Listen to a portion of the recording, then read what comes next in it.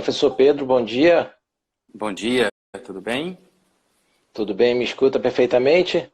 Não, tá um pouco picado aqui a ligação. Deixa eu ver se melhora.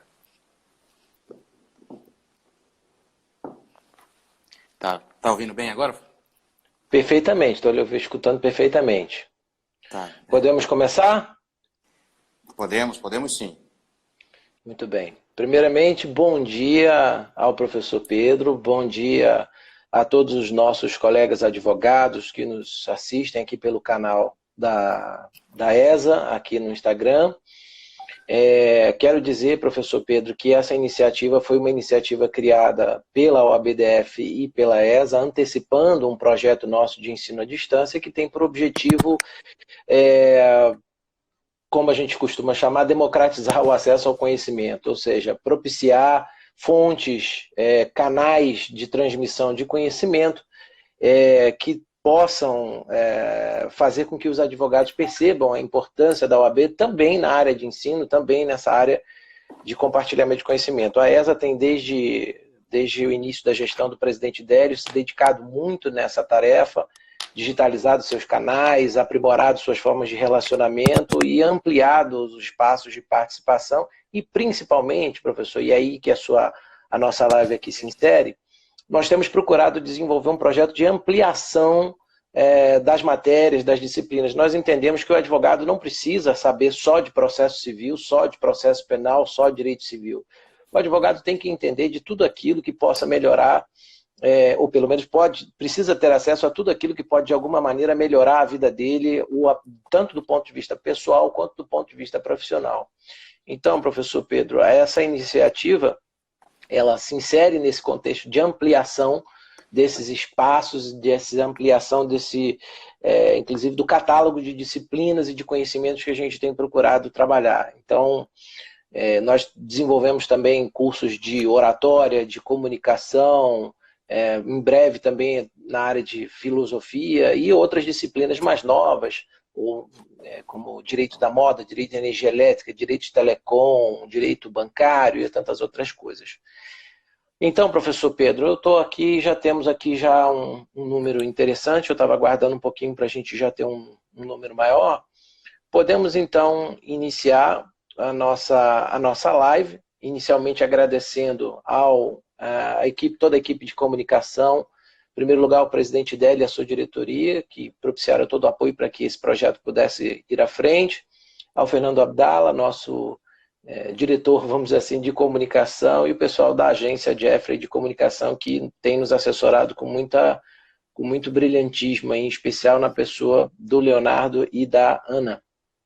Bem, quero então apresentar a todos o professor Pedro Borges Neto, economista com especialização em matemática pela UNB, tem mais de 20 anos de experiência no mercado financeiro de capitais e tem certificação de planejador financeiro, que a gente chama de CFP, né? Certificação de gestão de recursos e certificação na área de distribuição de produtos financeiros. O professor Pedro tem uma longa experiência tanto em fundos de pensão, seguradoras, distribuidores de títulos e valores mobiliários, em bancos e também em plataformas de investimento. Portanto, é uma pessoa que a gente, não é porque eu o conheço há bons anos, mas é uma pessoa que tem, digamos assim, todos os predicados que nós precisamos para nos posicionar melhor nesse momento de crise, professor. Seja bem-vindo, um bom dia. Bom dia, Fabiano. Muito obrigado. Especialmente eu gostaria de começar agradecendo ao ABDF e em especial à ESA e ao Fabiano pelo convite de poder falar com vocês hoje.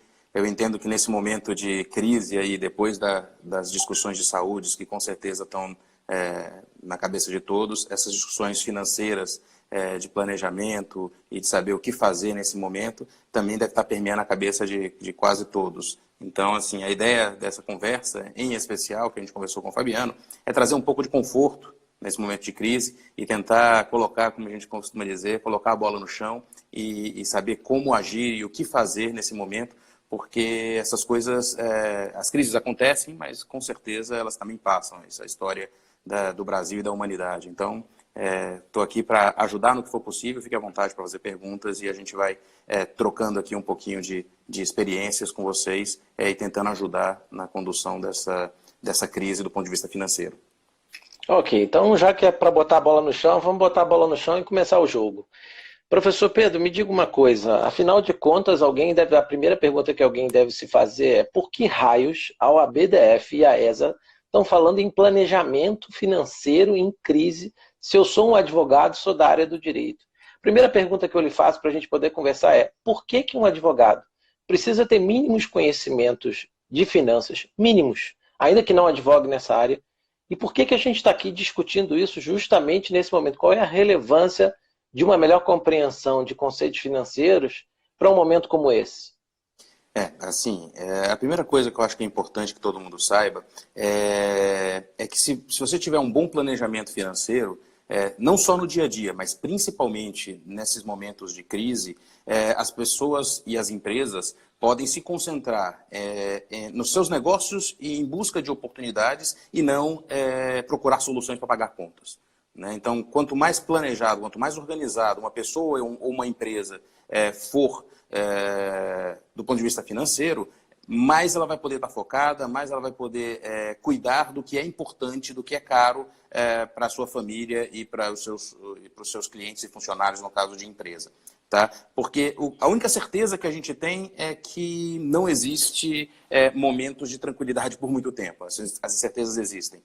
Essa não foi a primeira crise e eu posso garantir para todos que não será a última crise. Se a gente olhar um pouquinho para trás, no passado bem recente, a gente está vivendo hoje essa crise do coronavírus, mas há um ano atrás a gente estava discutindo crise de Brumadinho, da Argentina, a gente falou um ano anterior, em 2018, sobre greve dos caminhoneiros, ainda um ano antes a gente falou sobre Joesley, teve o impeachment da Dilma em 2016, recessão muito grave no Brasil em 14 e 15, e se a gente for voltando, a gente vai ver que todos os anos a gente tem crises, maiores ou menores, mas elas existem. E de alguma forma impactam a nossa vida, tanto do ponto de vista pessoal, das nossas famílias, como também das nossas empresas.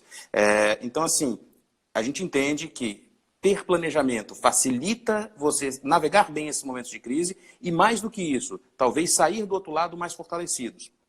Tá? A gente costuma dizer que o melhor momento para ter feito esse planejamento era, sei lá, 10 anos atrás.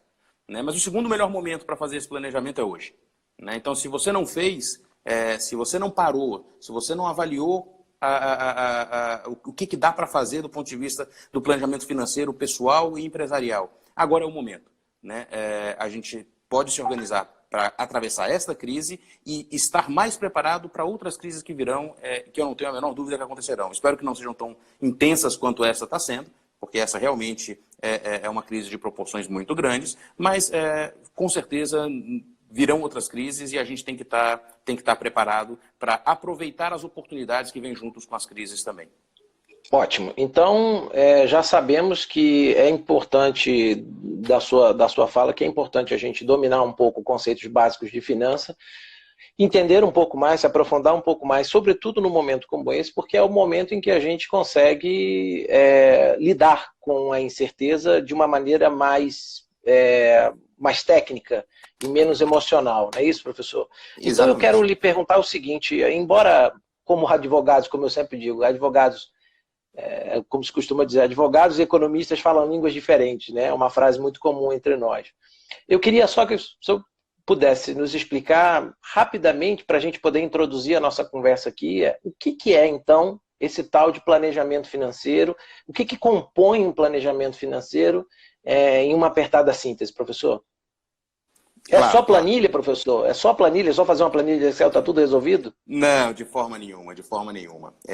Assim, o que compõe o planejamento financeiro tem, óbvio, que passar pela questão de receitas e despesas, a planilha, né? Aquela questão de saber exatamente para onde está indo o meu dinheiro e de onde está vindo o meu dinheiro, mas passa por muitas outras coisas, como gestão de ativos, planejamento da aposentadoria, gestão de riscos e seguros, que normalmente as pessoas esquecem muito isso, né? Então, assim, é incrível como as pessoas tiram o carro zero da concessionária só com seguro, né? Ou seja, protegem de forma importante os seus bens materiais, mas não se preocupam da mesma forma com os seguros da pessoa, né? Sejam eles de saúde, sejam eles de invalidez, de morte, que a gente chama de seguro de vida, todos esses seguros são muito importantes. E coisas que às vezes são deixadas muito de lado e que talvez os advogados, inclusive, sejam mais experientes e mais competentes até para discutir esse pedaço do planejamento, que são os planejamentos fiscais e sucessórios.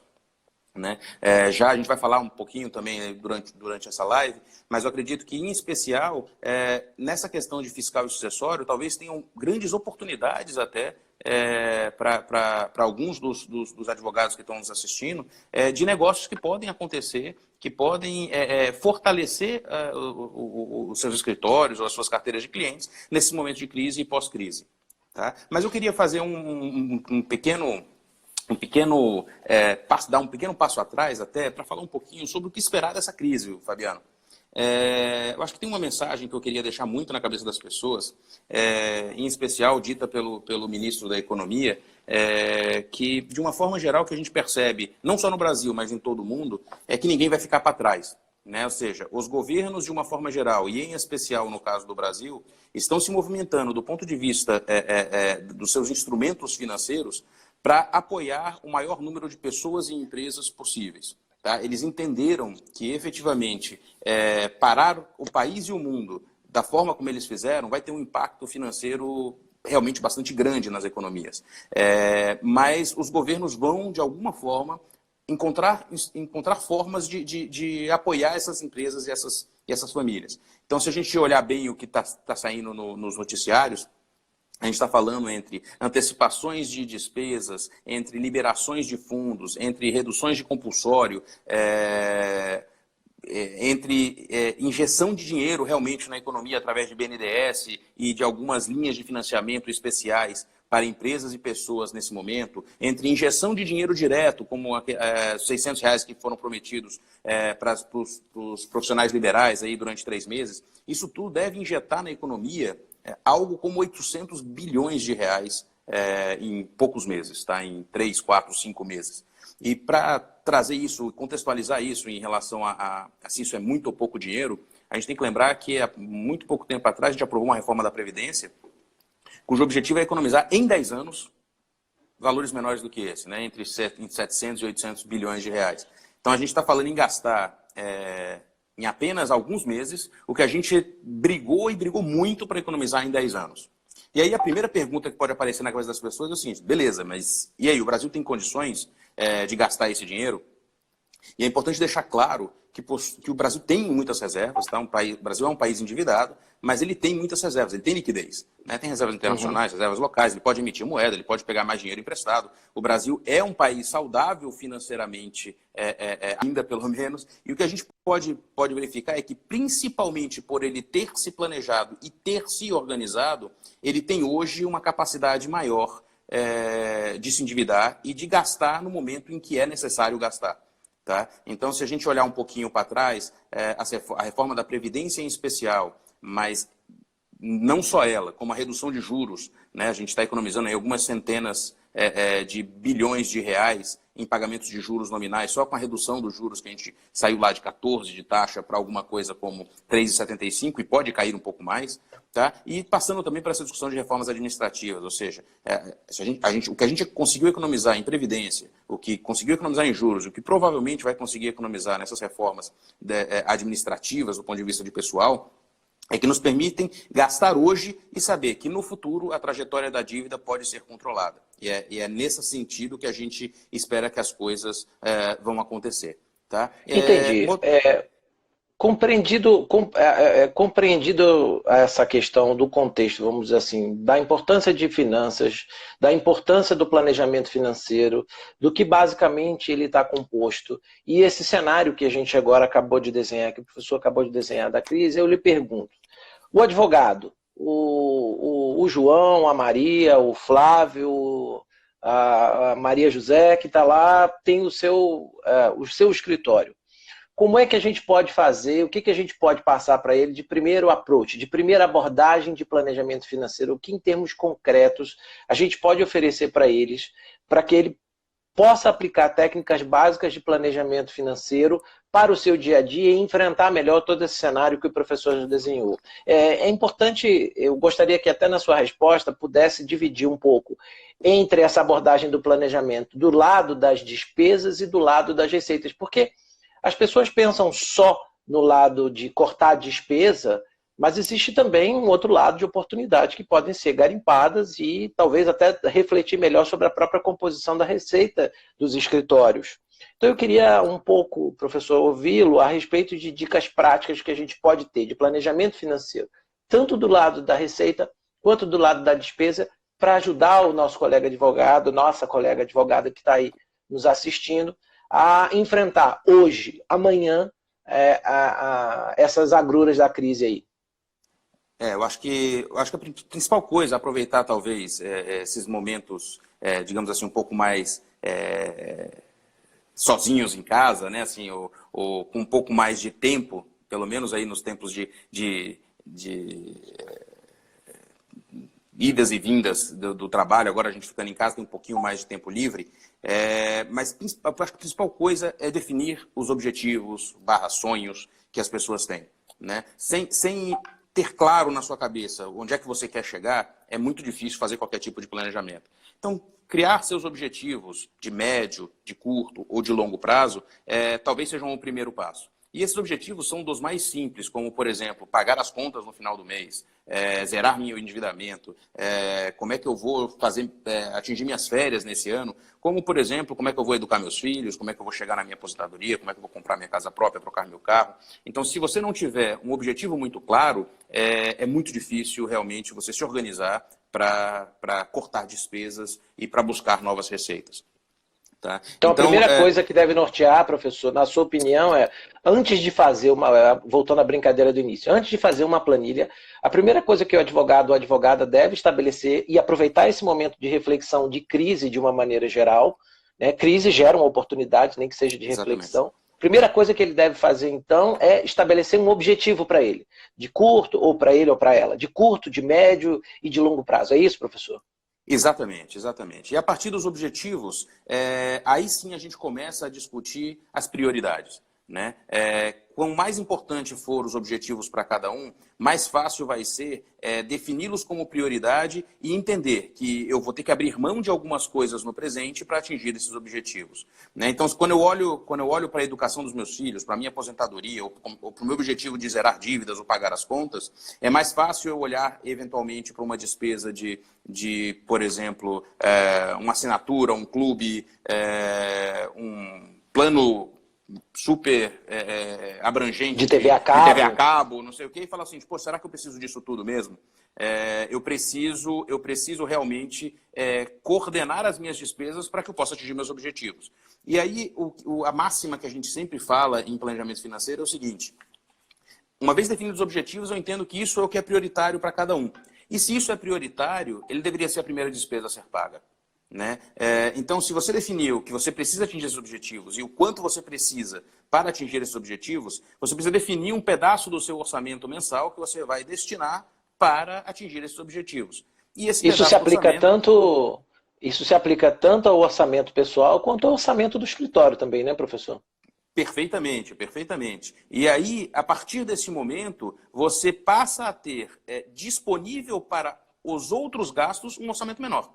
Então, por exemplo, se você tinha 10 mil reais de orçamento e definiu que 10% disso ou 20% disso vai ser para atingir os seus objetivos definidos inicialmente, você tem que saber que você vai ter ou 9 ou 8 mil reais apenas disponíveis para as despesas. E você vai ter que fazer caber essas despesas dentro desse novo orçamento de 8 mil reais. Tá? E aí eu trago um exemplo muito claro, às vezes, de um cliente com quem eu conversei alguns anos atrás, e foi muito engraçado porque essa pessoa não tinha um salário muito alto, ele ganhava 2 mil reais, e aí ele falou assim, poxa, mas eu não tenho como economizar. Eu falei assim, mas você não tem como economizar nada? Ele falou assim, não, eu não tenho. Eu falei, e se por um acaso, a partir de amanhã, você fosse demitida do seu emprego de 2 mil reais e passasse a ganhar 1.500 reais? Ah, não, mas aí eu ia ter que dar um jeito.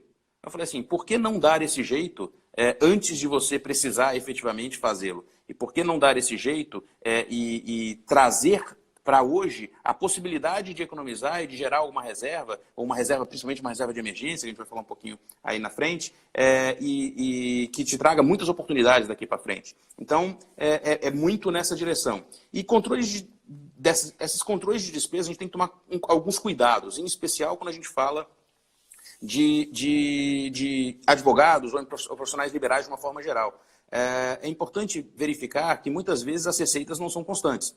Né? As receitas elas variam bastante mês a mês, mas eventualmente ela tem uma média anual. Então, quando a gente fala em orçamentos de despesas e de receitas, o ideal é que a gente considere as receitas e despesas anuais e depois transforme isso em mensais.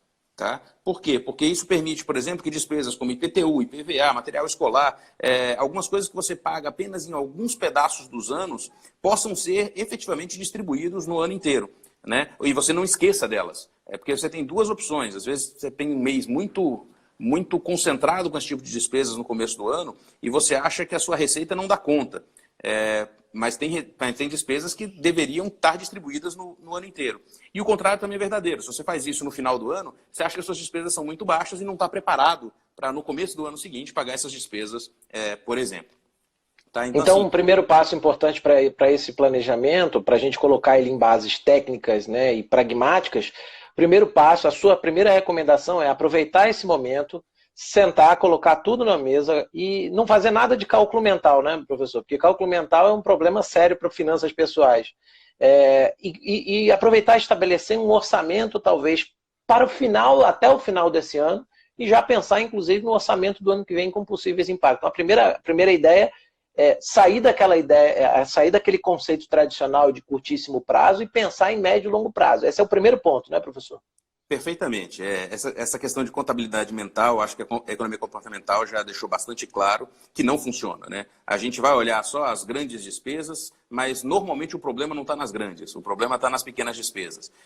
Aquela quantidade de restaurantes que a gente vai, que são bons, não estou dizendo que as pessoas não devam gastar, elas só precisam priorizar, precisam escolher efetivamente onde gastar. Em especial, uma coisa também interessante, que eu acho que tem que ser remarcada do ponto de vista dos profissionais liberais, evitar a qualquer custo de misturar as despesas. Né? Acho que as pessoas tendem, principalmente eventualmente escritórios pequenos, no caso dos advogados, a não conseguir separar muito bem o que é a empresa e o que é a pessoa física. E isso gera complicações ainda muito maiores para você administrar essas receitas e despesas. Tá? Mas eu acho que uma coisa que o Fabiano colocou, e eu acho que eu concordo muito, Fabiano, é o seguinte, as pessoas vão ter que escolher o que vão fazer. Mas não existe despesa certa nem despesa errada. Tá? Se você acha que sair para um restaurante é importante, é uma decisão sua. O que a gente costuma dizer é o seguinte, é que o orçamento existe e precisa ser cumprido. Agora, como é que ele vai ser cumprido é uma decisão pessoal de cada um. Às vezes, para uma pessoa é muito importante ser sócio de um clube, por exemplo, ou ter uma assinatura de um canal específico de TV a cabo, para outros não.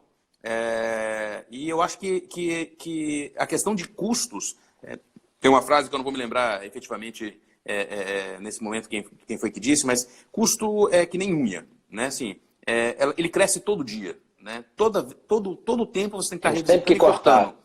Exatamente, você tem que estar o tempo inteiro cortando. Então, assim, é aquele pacote de internet que quando você contratou, estava ok, aquele preço, estava bom, mas hoje tem alternativas mais baratas, que você não precisa nem abrir mão. Às vezes você paga menos por um produto maior, né, por um produto melhor. Então, assim, quando eu falo em cortar despesas, não necessariamente você tem que abrir mão das coisas que você gosta. Você pode estar cortando despesas e, ao mesmo tempo, ter ainda benefícios melhores do que você tinha antes. Isso vale para tudo. Né? Então, assim, foquem na discussão de que o orçamento é importante e que você precisa fazer escolhas, priorizar. Ou seja, não tem certo e errado, você vai ter que refletir dentro de casa, com a sua família, com seus sócios, no caso de empresa, e definir o seguinte, o que é importante para a gente. E, a partir disso, criar o seu orçamento. Tá? Posso dizer, então, que a primeira etapa, até anterior ao planejamento financeiro, é sentar e fazer até um planejamento estratégico do próprio escritório, da sua própria vida profissional, pelo menos até o final do ano, e, se possível, até o final do ano que vem. Pode parecer um horizonte muito longo, mas, como o professor acabou de nos ensinar, isso é importante para você não ficar trabalhando na migalha, né, no dia a dia, que eu digo. E por que isso? Nós temos, de fato, como o professor colocou, algumas despesas sazonais. Por exemplo, escritórios costumam pagar os seguros de responsabilidade civil, né, dos seus profissionais, que são 3, 4 parcelas. Então você tem um gasto relativamente grande, um escritório deve gastar aí para um escritório de 3 a 4 pessoas, uma faixa de R$ 3.000 até R$ 4.000 de seguro de responsabilidade civil anual. A gente tem algumas despesas, como licenças de software, né, de Outlook, de softwares de contabilidade, às vezes mais baratos, né, que você utiliza, de gestão financeira melhor, e são gastos sazonais. Então,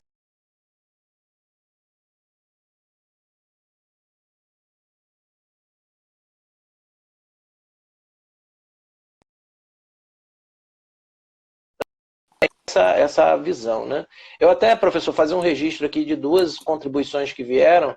A Silvana até acabou de colocar aqui, nossa colega advogada, até colocou um pouco anterior, dizendo isso, que a importância, que ela identifica realmente nesse momento, a importância de se priorizar, né, de estabelecer essas prioridades, como o professor falou, e de se organizar para o atendimento, para o alcance dessas prioridades. E a Cristina Alves deixa aqui um registro também interessante, agradece aí já ao professor, dizendo, olha, foi de grande valia para mim, porque eu fazia até agora contabilidade mental.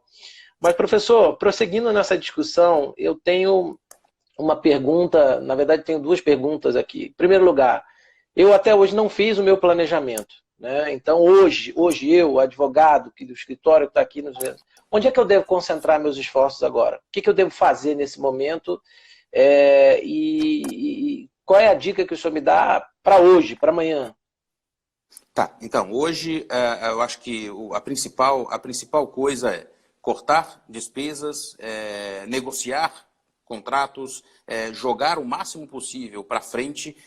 Em momentos de crise, ter liquidez é muito importante. Né? Então, renegociar contratos, por exemplo, de aluguel, postergar pagamentos negociados, de preferência, óbvio, tentar encontrar formas de economizar nesse momento de crise, ainda que em algumas coisas que possam ser retomadas assim, que as coisas voltarem a uma situação normal.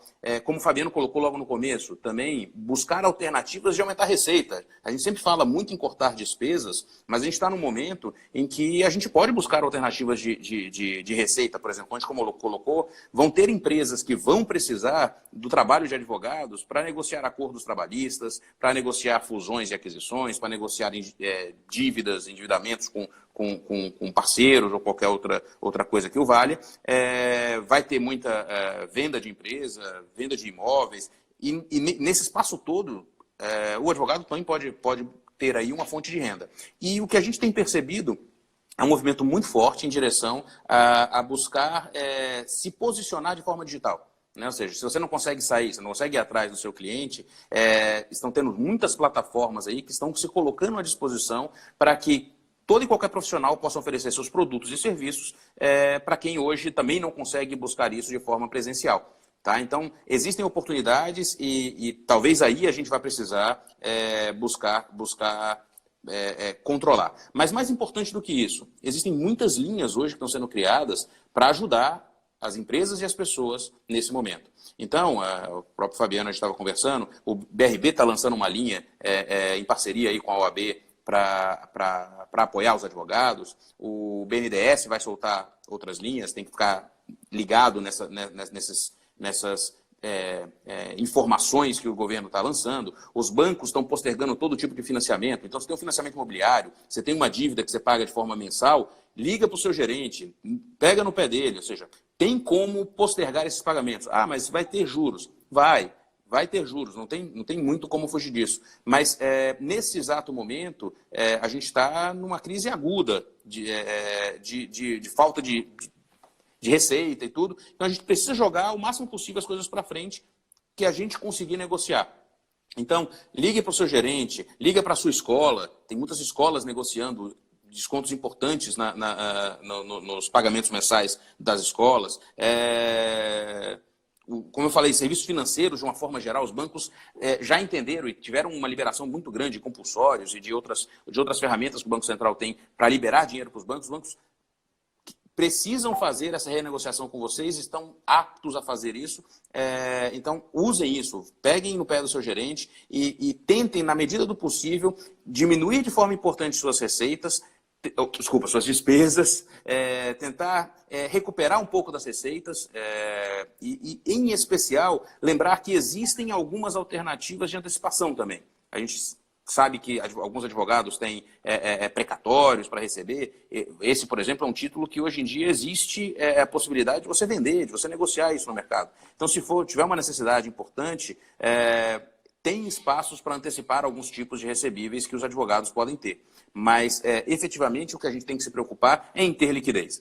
Num momento de crise como esse, que a gente não sabe por quanto tempo vai demorar, a gente imagina que essa crise deva durar, aí, do ponto de vista da saúde, alguma coisa como 2 ou 3 meses, com um pouco mais ou um pouco menos de restrição à movimentação. A gente deve ter alguns momentos de relaxamento dessa restrição, mas a crise que vai vir em seguida, que é a crise financeira, ela pode durar um pouco mais de tempo. E as empresas vão estar em dificuldade, vão estar se organizando, mas o fato de essa crise perdurar por mais, 10 ou 12 meses, não significa que não vão ter negócio.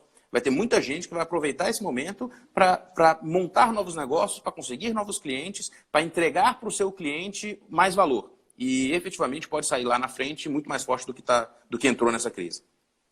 Legal.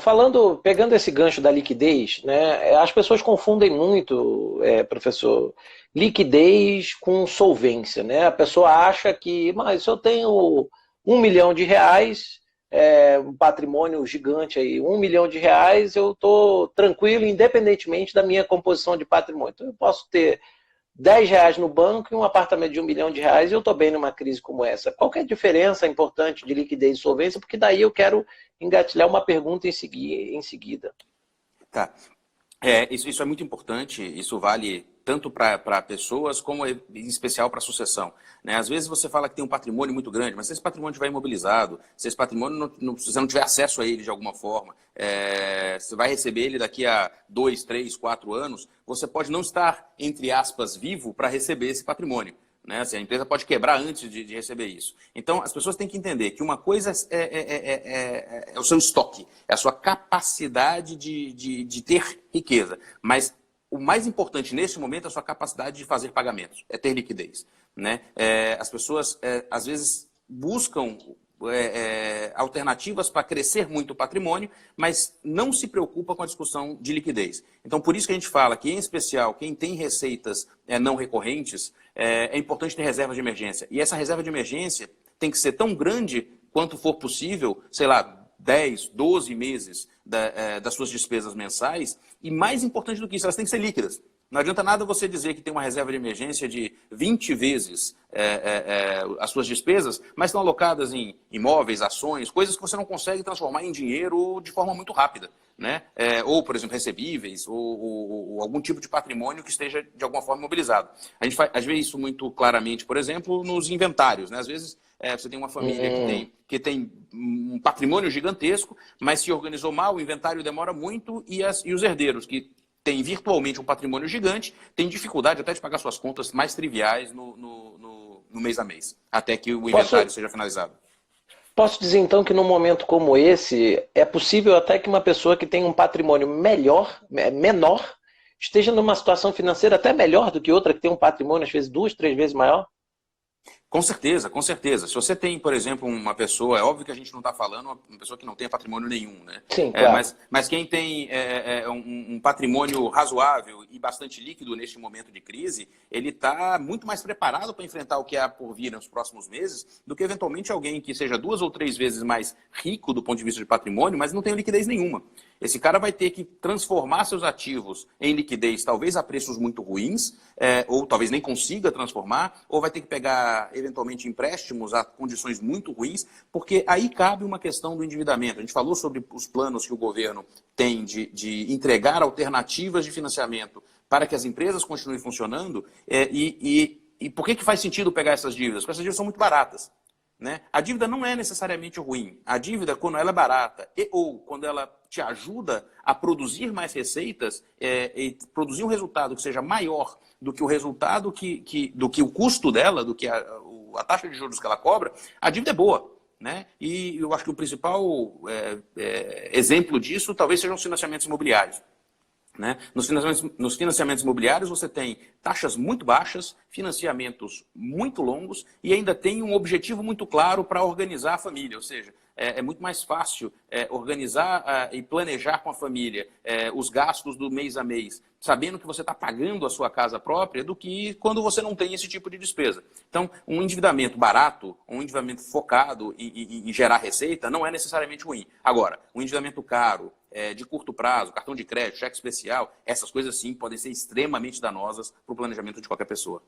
Isso é importante. Então, já que a gente está falando sobre liquidez, porque às vezes liquidez e endividamento caro e barato. Muitas vezes o advogado, hoje, que está aqui nos assistindo, ele tem um problema. Ele diz, olha, professor, é o seguinte, é legal, eu estou aqui, vou sentar com o meu sócio, ou sozinho, às vezes a gente tem muitas sociedades unipessoais, eu vou sentar com o meu sócio, eu sento sozinho, eu vejo e tal, mas até que minhas medidas de planejamento, de prospecção de novos clientes, ou de renegociação com os clientes, enfim, elas entrem em vigor ou produzam algum resultado, eu vou ter aí um período de 10, 15, 30, 40, até 90 dias.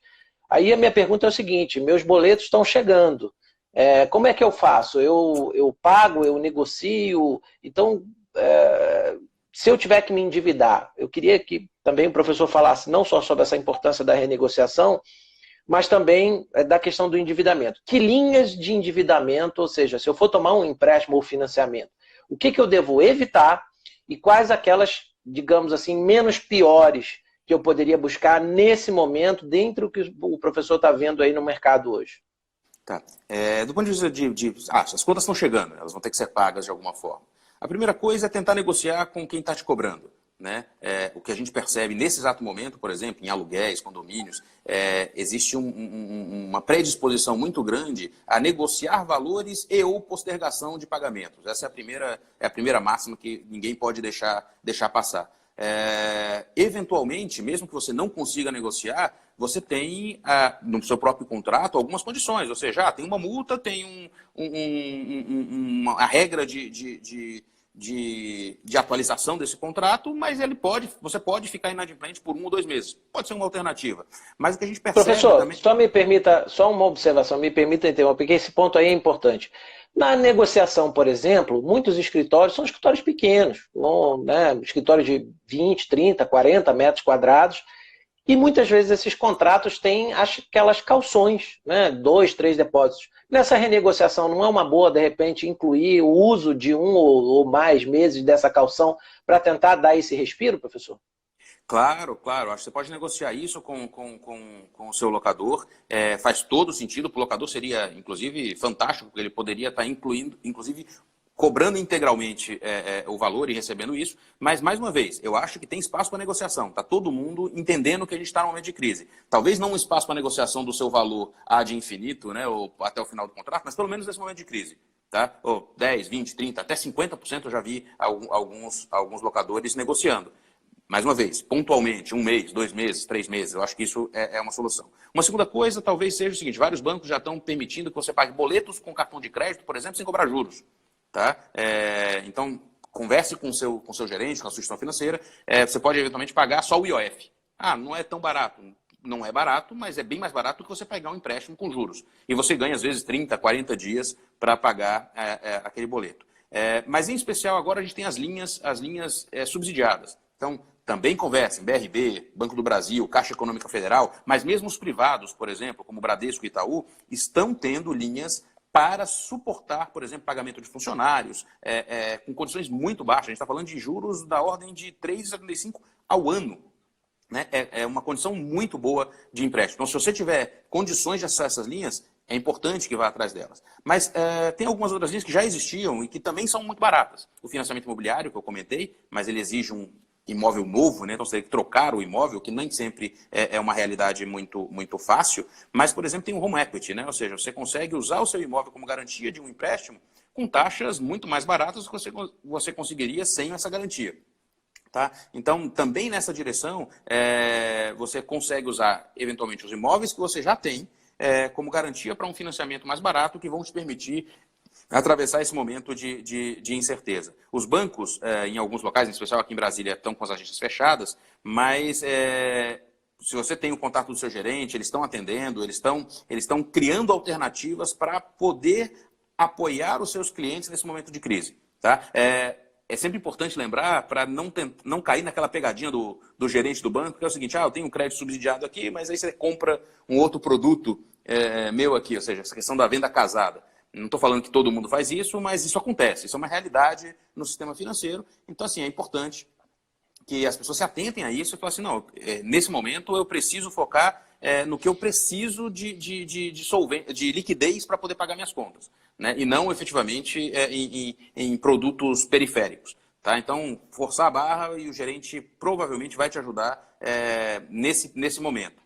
Tá? Então, buscar taxas de juros baratas, evitar taxas de juros elevadas, mas não fiquem com medo de negociar essa dívida. Tá? As dívidas estão aí para serem negociadas, todo mundo entende que o momento é de incerteza e realmente vai ser mais fácil conseguir isso agora e jogar um pouquinho para frente, né, o pagamento de algumas dessas despesas.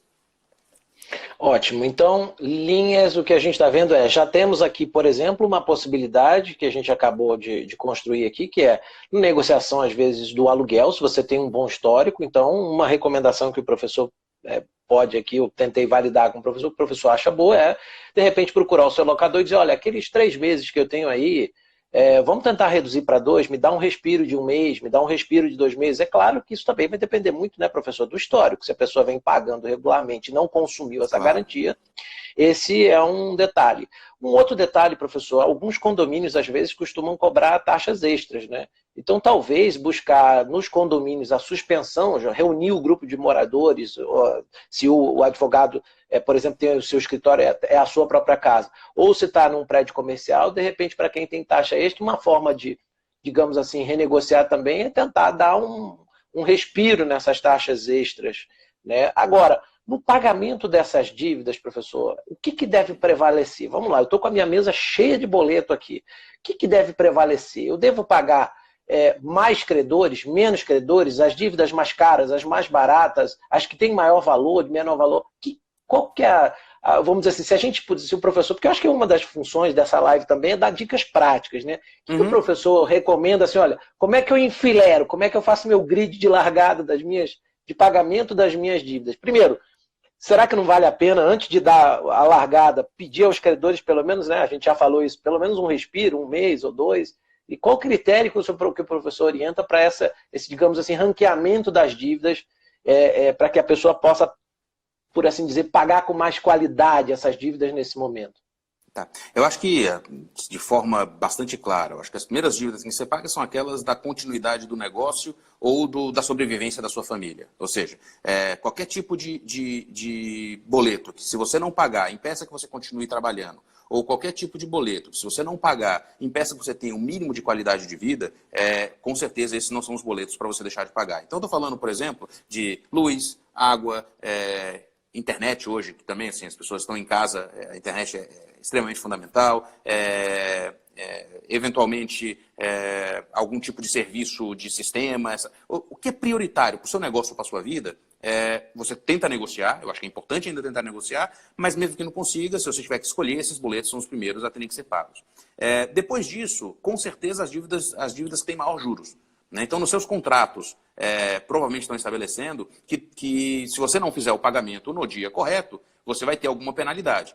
Alguns desses contratos têm algumas dívidas bastante elevadas, né? Acho que os advogados talvez consigam se proteger um pouco mais disso, mas tem aquelas multas disfarçadas de desconto para pagamento antecipado. Então, tem algumas dívidas que crescem de forma importante se não forem pagas.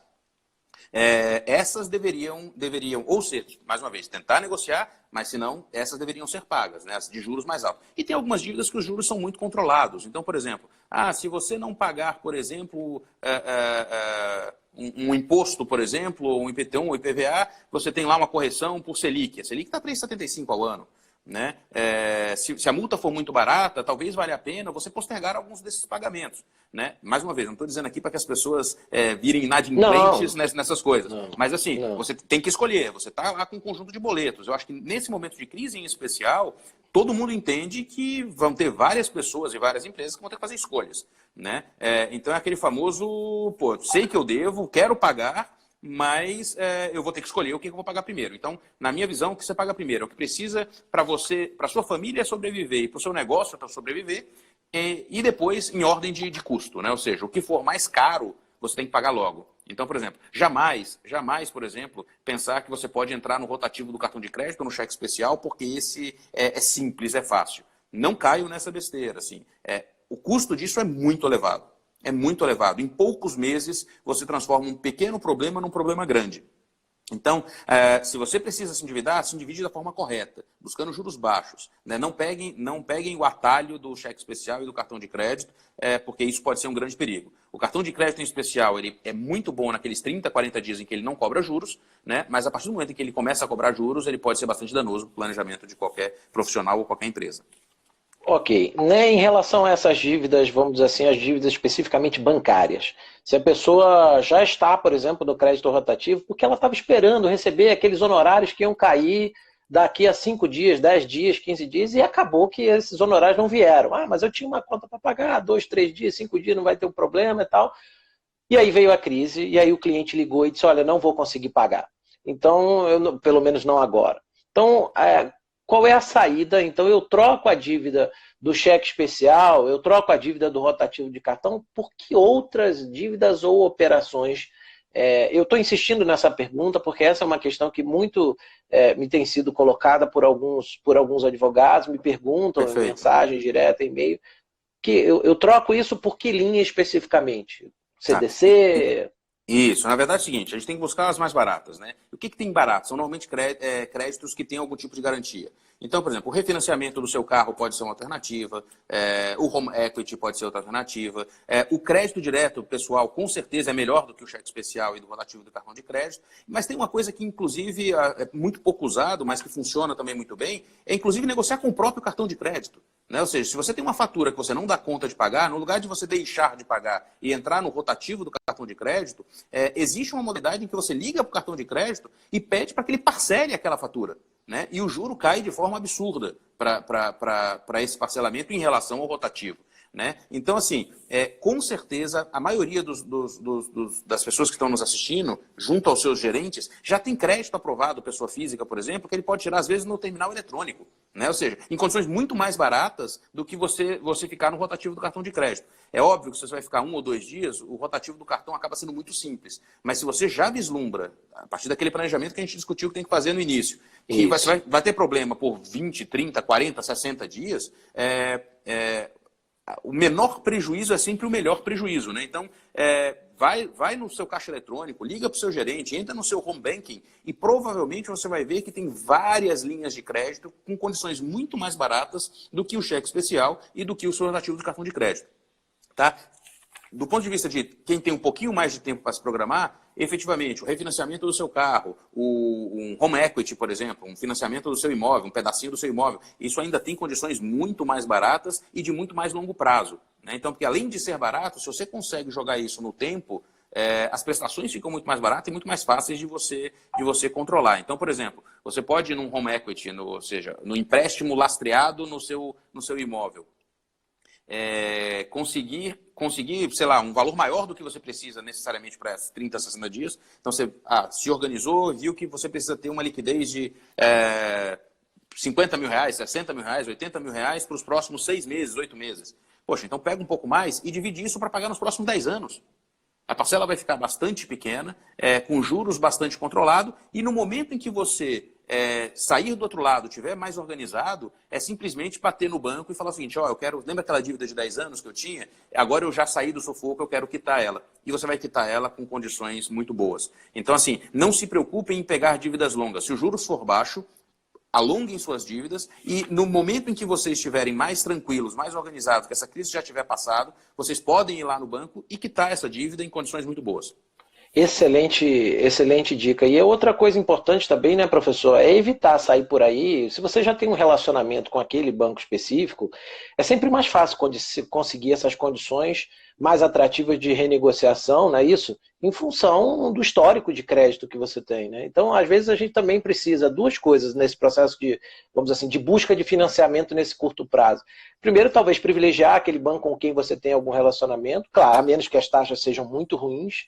E em segundo lugar, né, professor, não cair naquela tentação do é só uma parcelinha e tal, porque você também só pode renegociar depois que você fizer a primeira etapa, que a gente conversou antes, né? Que é até para você saber qual é o valor de parcela que você vai poder pagar. Porque, lembre, Perfeito. a parcela ela não só te alivia hoje, em algum momento você vai ter que começar a pagar, não é isso, professor?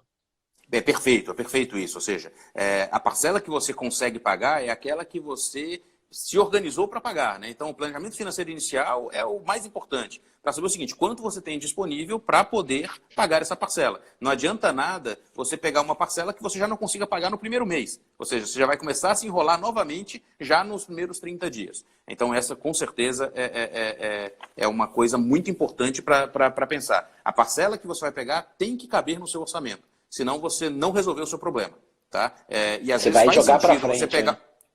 E às vezes faz sentido você pegar um pouquinho mais de dinheiro, né, do que você efetivamente precisa nesse momento, porque você não sabe quando é que você vai precisar, quando é que a liquidez vai retornar. Então, se você vai fazer um projeto de endividamento barato e mais de longo prazo, talvez faça sentido você, inclusive, pegar um pouco mais para iniciar a composição de uma reserva de emergência. Legal.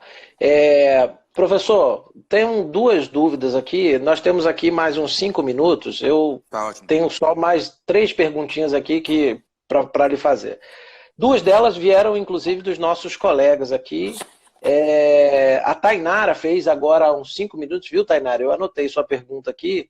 É uma questão muito polêmica que diz respeito a mensalidades escolares nesse momento. Nós falamos aqui sobre renegociação. E muitos têm discutido sobre a questão das mensalidades escolares nesse período em que se está pagando por alguma coisa que você não consegue ter acesso, né? Não consegue ter acesso, não é por culpa do colégio, obviamente, por razões que a gente sabe. Eu não estou aqui, esse não é um fórum, vamos dizer assim, jurídico para a gente discutir a juridicidade disso, mas eu gostaria de saber, da sua opinião, se faz sentido, do ponto de vista financeiro, considerar essa redução, essa forma diferente de prestação de serviço, vamos dizer assim, como um argumento nessa negociação de mensalidades escolares. Eu aproveitei a pergunta da Tainara aqui para introduzir a questão sobre um conceito mais exclusivamente financeiro, não jurídico. Tá.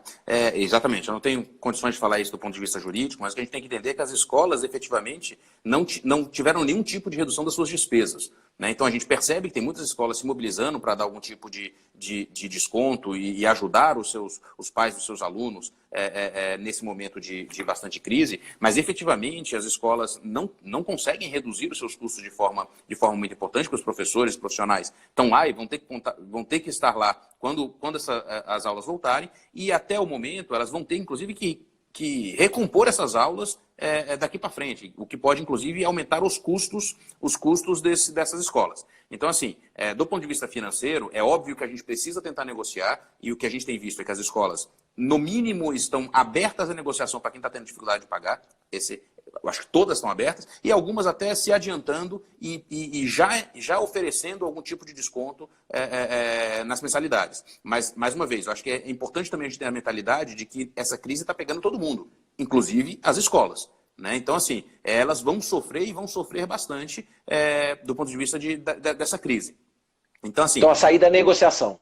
Negociação. E do ponto de vista jurídico, assim, eu vejo, por exemplo, Rio de Janeiro parece que está tentando aprovar uma lei que obrigue as escolas a dar um desconto de 50%. Eu não sei se isso vai acontecer aqui em Brasília, por exemplo. Mas eu acho que tem espaço para negociação. Todas as escolas estão abrindo espaço para quem tem dificuldade de pagar, negociar os seus boletos.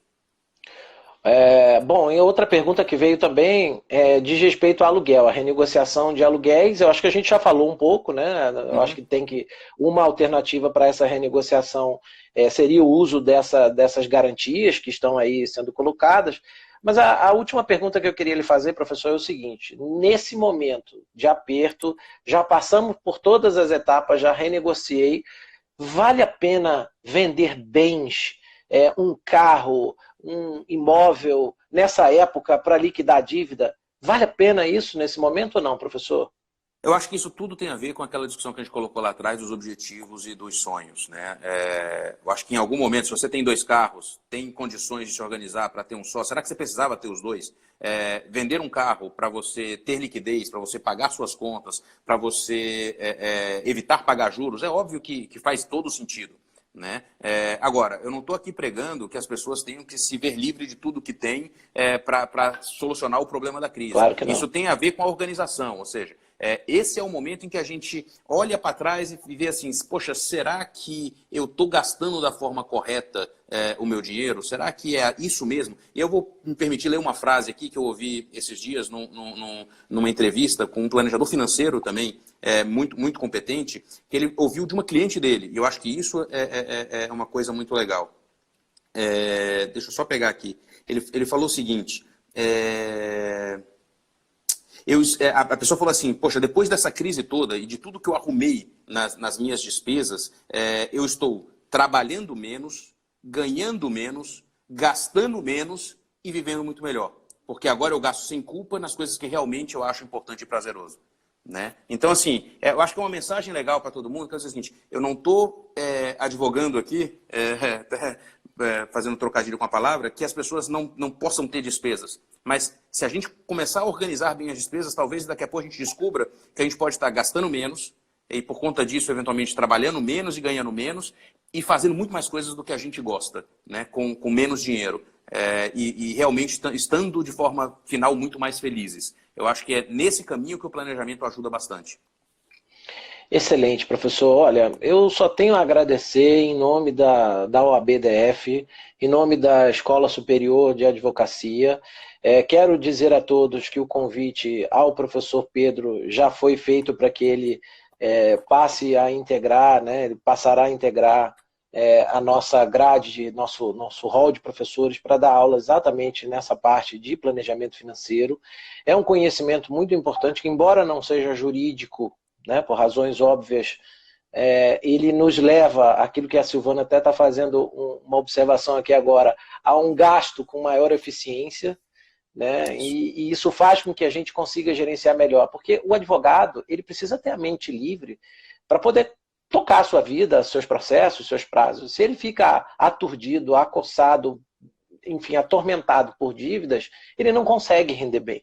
E é isso que eu deixo aqui para os colegas advogados, essa é a missão da atual gestão do presidente Délio, é dar bem-estar para o advogado em todos os sentidos.